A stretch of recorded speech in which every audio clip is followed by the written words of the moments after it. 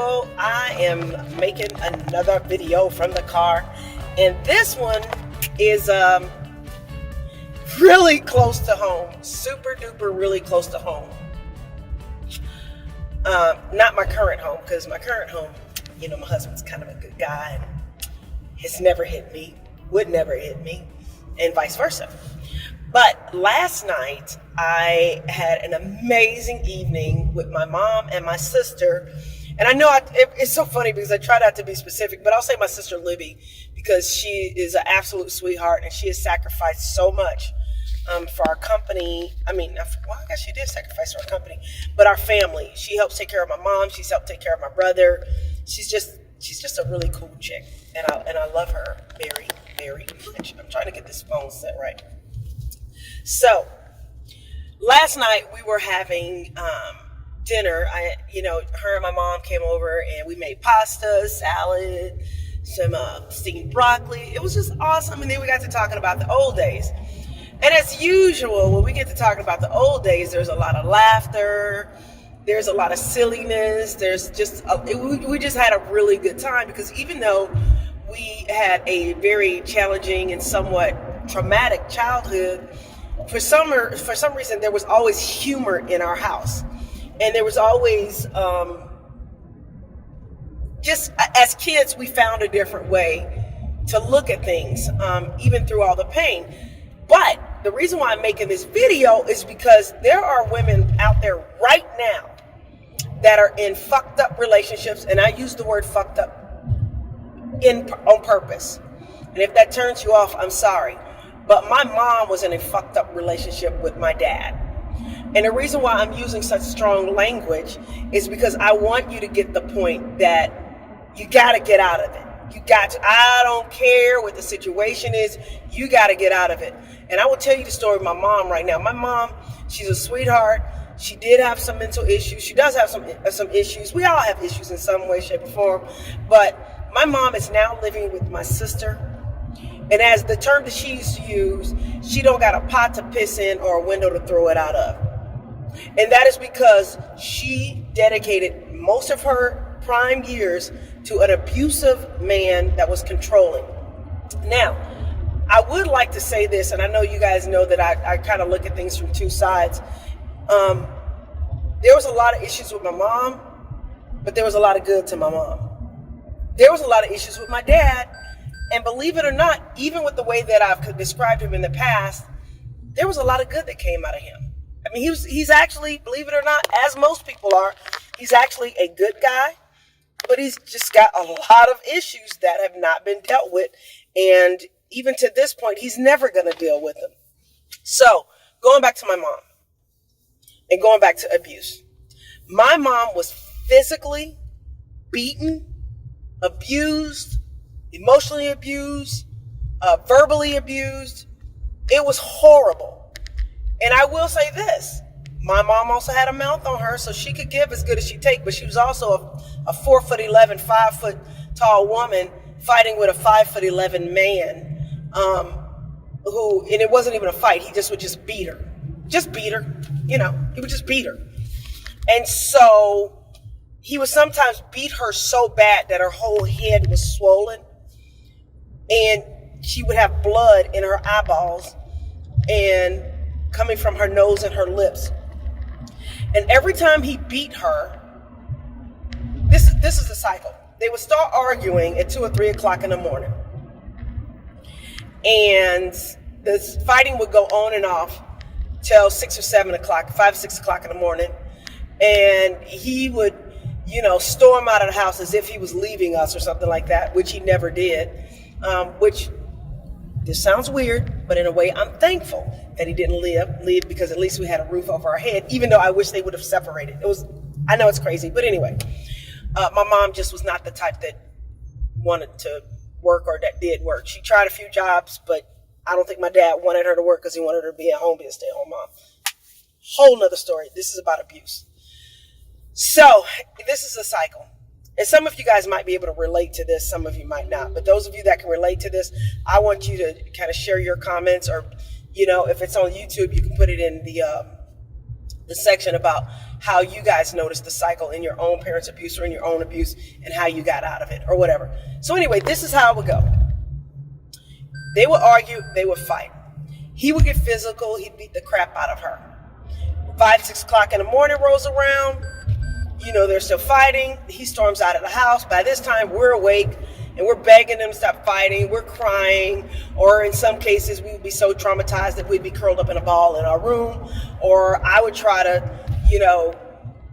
get the kids into another room because I'm the oldest, and we would just kind of go into our own imaginary world or play or something. We would just find our own way to mentally escape,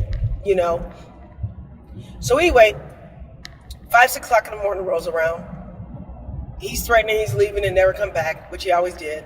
He would go to work all day long, go make money. And my dad made a lot of money. He owned a tree care company also. And he made a lot of money some days, and then some days he didn't make money. So let me rephrase it. He made a lot of money some days. So he'd go do a job, make a bunch of money, and then he'd come home acting like nothing ever happened. He was a very good-looking guy, very charismatic. Come home acting like nothing ever happened. He'd come home with a bag of groceries. My mom would then get up. Didn't even address the fact that he beat the shit out of her. Didn't even, nothing. She would just get up and start kind of ruffling through the groceries, putting them up. And then she'd start making a really nice dinner. Like, she could throw down. My mom would throw down. She'd make an amazing dinner. While she's cooking, my dad would sometimes come up behind her and kiss her on the cheek. She'd cook. We'd sit down for dinner as a family, and he would tell her how good her cooking was, and that, I love you. I have a bad temper, but I don't have a bad understanding. Then he'd turn to us, talk to us a little bit, and he's like, y'all know I love your mama. And then, there were several times when, not several times, a lot of times, music was involved. And it hit me last night just how manipulative my dad was. One of his favorite songs in the world that he would play for my mom is You'll Never Find Another Love Like Mine by Lou Rawls. Now, for those of you that have never listened to the lyrics of this song, I want you guys to picture this. My dad beats the shit out of my mom. He goes to work, comes home with groceries, acting like nothing happened. He'd kiss her on the cheek. She'd be real quiet. She'd give him a little smile. He'd compliment her cooking. Then her ego would kind of get stroked a little bit because she's a good cook. And she started feeling good about herself. And because he's talking about how good her cooking is. And we're talking about how good her cooking is. And, we love you and stuff like that. Then he'd put music on. And this is the song he usually started with. You'll Never Find. Now, these are the lyrics. And this is some psychological bull crap. You'll never find, as long as you live, someone who loves you tender like I do. You'll never find, no matter where you search, someone who cares about you the way I do. Whoa, I'm not bragging on myself, baby, but I'm the one who loves you, and there's no one else. No one else. You'll never find, it'll take the end of all time, someone to understand you like I do. You'll never find the rhythm, the rhyme, all the magic we share, just us two. Well, I'm not trying to make you stay, baby, but I know somehow, some way, you're going to miss my love.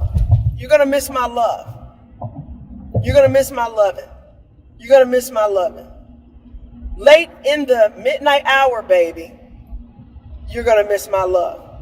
You'll never find someone who needs you like I do. You'll never see what you found in me. You'll keep searching and searching your whole life through.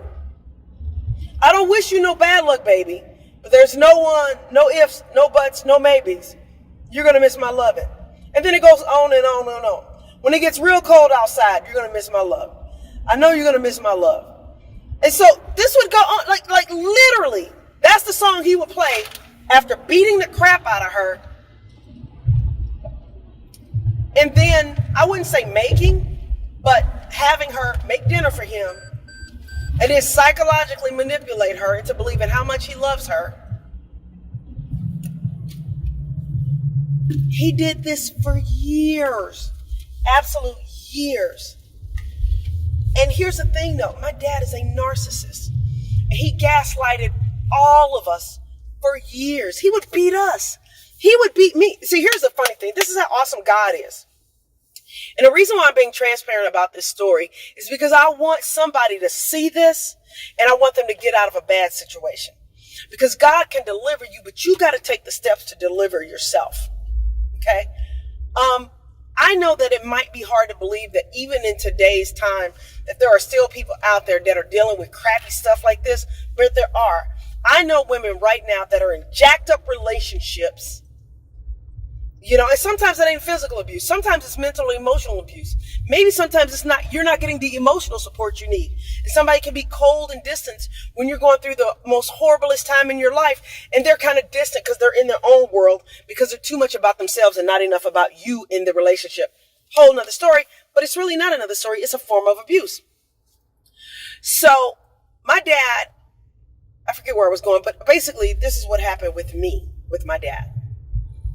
Okay, because I think you guys get to see the sunshiny side. You get to see the side where I'm talking about, you know, there's some struggles that I'm dealing with in business and I got to really work hard and get over those struggles. And you see that side, or you see the side of me where I'm a mom and, you know, I love being a mom and I just love my little girls so much and they're so cute and they're so beautiful. And, you know, I want to put out good content and, you know, eventually build my platform. You guys see that side. But the thing you don't know is that something happened in me when I was a kid watching all this abuse, where I just knew inside that there was a better way to live. I saw a glimpse of my grandmother that was, from what I understand, a good relationship to be, that was in a relationship with my grandfather where she did not get beaten, where she was just had this sweet spirit about her. She was kind and forgiving. And I'm sure she wasn't perfect, but in my mind, looking back now, she was pretty darn perfect to me. And so I knew there was something else. She would take us on trips and take us to other cities and take us to nice restaurants and expose us to other environments. You know, I would see other people in our neighborhoods that had moms and dads that didn't fight and argue like that. So I knew there was a better way. But something snapped in me. My dad used to try to pull the same crap with me. So he would beat us and then he would come home and I'd have, like, he sometimes would beat us with an extension cord. And so at the time, I'm a brown skinned girl, but I don't know if I floated between medium light brown or brown, dark brown, whatever, but I'm dark brown. But anyway, I guess I was light enough as a kid to where when you hit me, it would leave these really big red whelps, you know? And so my dad would beat us. Then he'd come home and try the same crap that he did with my mom. He would come give me a kiss on the cheek. Then he'd look at my arm with the welts. And then he'd kind of rub the welts. And he'd be like, you know, Sugar Plum, Daddy loves you. You know, I may have a bad temper, but I don't have a bad understanding. I don't know what that shit came from, but that's what he used to always say. I remember him doing that to me when I was like 9, 10 years old. And I remember thinking, looking up at him and thinking, you are so full of it. I didn't say that to him. And then I remember thinking when he would do the whole, you know, I love you. I remember specifically thinking, this is God. God had to, because I didn't have a better example other than my grandmother and people in my, you know, neighborhood. So I didn't have a concrete foundation, but something inside of me said, this is not love. This is not what love looks like. So he would rub my arm, rub the welts that he had made, and then go talk about how he loved me. And there was something in me that said, this is not love. And one day, you're going to stop doing this. So flash forward to the time I was like 15, 16 years old.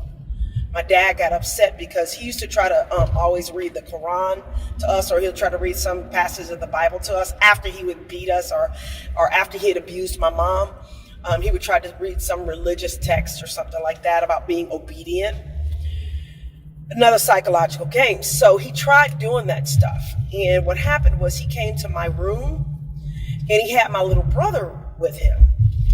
And I guess he was trying to mentally inundate my brother with this. He was trying to mentally inundate my brother with 1 minute version. Okay, sorry about this. So he would try to mentally inundate my brother with all this crap. So one day he came down to my room with my brother, and he was trying to get my brother. He was trying to read some scripture to me about, obedience. And this is right after he's like beaten my mom or done something really crazy. And I just didn't want to hear it. So I said, I don't want to hear. I was like, Dad, I don't want to hear this. No, this is wrong. I just remember saying something to that effect. So he went to hit me and I moved. Because I wasn't listening. He wanted to hit me because I wasn't listening to him. And then there was a vacuum cleaner. He went to grab the vacuum cleaner and swung it towards me. This is how psycho this guy was. And I remember jumping up in the middle of the bed. And I said, if you hit me one more time, or if you hit me, I will kill you. I was like, if you ever hit me again, I will kill you. And I meant it. Like, I remember this day clear as day. Said, if you hit me again, I will kill you. My dad walked out of that room, never put his hands on me again. Ever put his hands on me again. Because he knew I would kill him. Now, here's the other thing. Him and my brother got into a fight many years later. And I was not living in the house at the time, but I came to visit or something, and I just found out that, I walk in the house, they're fighting and arguing. And he hit my brother, or went to hit my brother. And, let me rephrase it. I do remember telling him, also not to hit my... I keep getting interrupted. I remember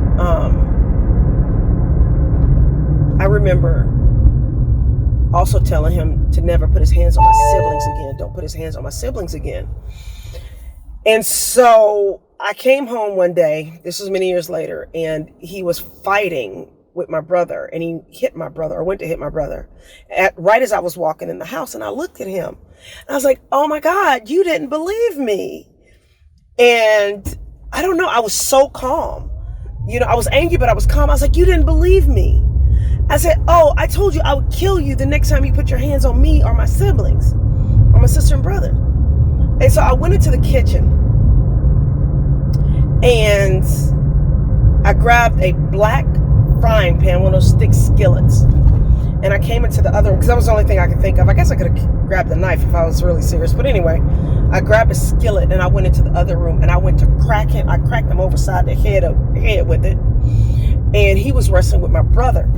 And then I jumped on his back to get him off my brother. And we all go falling backwards, or tumbling down. And I just started screaming. I was like, I told you I would kill you.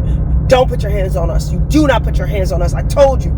So of course, I grabbed my brother and we go outside, and I'm like trying to leave and stuff like that. And I don't know who, somebody in our family or either our neighbors called the police. So the police showed up, and I already knew that the police department in our neighborhood wasn't going to do anything about my dad, because I don't know what he was doing. I don't know if he was doing sexual favors. I don't know if he was paying people. I don't know what he was doing, but the police never did anything about him beating the shit out of my mom or us. So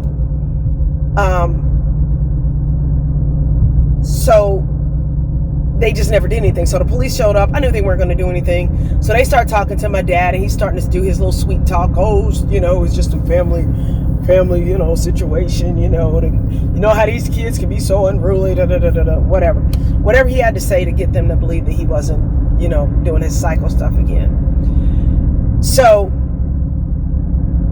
that was the last time he put his hands on any of my siblings.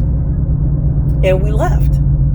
And my brother had an on and off relationship with him, but that was the last time I remember having any kind of ever physical confrontation with him. And so years have gone by, tons of abuse, all of this stuff, and every single one of us was delivered out of that situation, but not without some type of emotional and psychological scars. And so I'm asking you, I'm telling you, I'm begging you that if you are in a situation or you know someone that's in a bad situation, please tell them to get out of it. And if it's you, get out of it. And I am living proof that things can be better. Things will be better. You can do better. I remember when me and my sister left my dad's house. She left with no shoes on. Actually, I'm gonna get her to tell this story one day. She left with no shoes on, and I had a Famous and Bar credit card. It was a Famous and Bar at JCPenney's. And I told my sister, don't worry about your shoes. Let's just get out of here. So we leave the house. We get out of there. I go to the store, and I use my little bit in one of my cards to get her a pair of shoes because I didn't have any cash. And I told her this will be the last time you ever not have shoes. And of course, that was the last time. And the only reason why she didn't have it is because we got out of the house or got kicked out of the house or whatever, because we stood up to his crap, and we wouldn't put up with his crap. And so she left without the shoes. And so I bought her some shoes, and my sister has done well for herself. You know, she obviously has some emotional and mental issues. Also, all of us struggle with something from the trauma from our childhood, but we're okay. You know, some of you may know that I do have another relative that has some major issues that she hasn't gotten over, and has caused her to do some, extreme criminal activity. But, I put her in God's hands. But the reason why I'm making this video is because I really do want somebody to be delivered out of a bad situation. And I'm hoping that a piece of this long-winded video reaches somebody and gets somebody to wake up and leave right now. Not tomorrow, right now. And I know there's other schools of thought that are like, well, people can't just leave right now because they got bills or they don't have no money. No. Yeah, you can. Yeah, you can. That's me. Now, if you're of the thought that you can't leave right now because of whoop-de-woo, then I'm probably not the person to listen to, because I am the type of person that if it gets bad, I'm not even gonna. I don't plan when it comes to abuse. I just get the hell up out of there. I've never ever. I can honestly say, I am 51 years old, and I have never been in an abusive relationship, ever. So just because you come from abuse doesn't mean that you have to keep the cycle going. You can stop it, but you have to make the choice. So be blessed. I will talk to you soon. And I just appreciate you guys listening to me and sharing my content.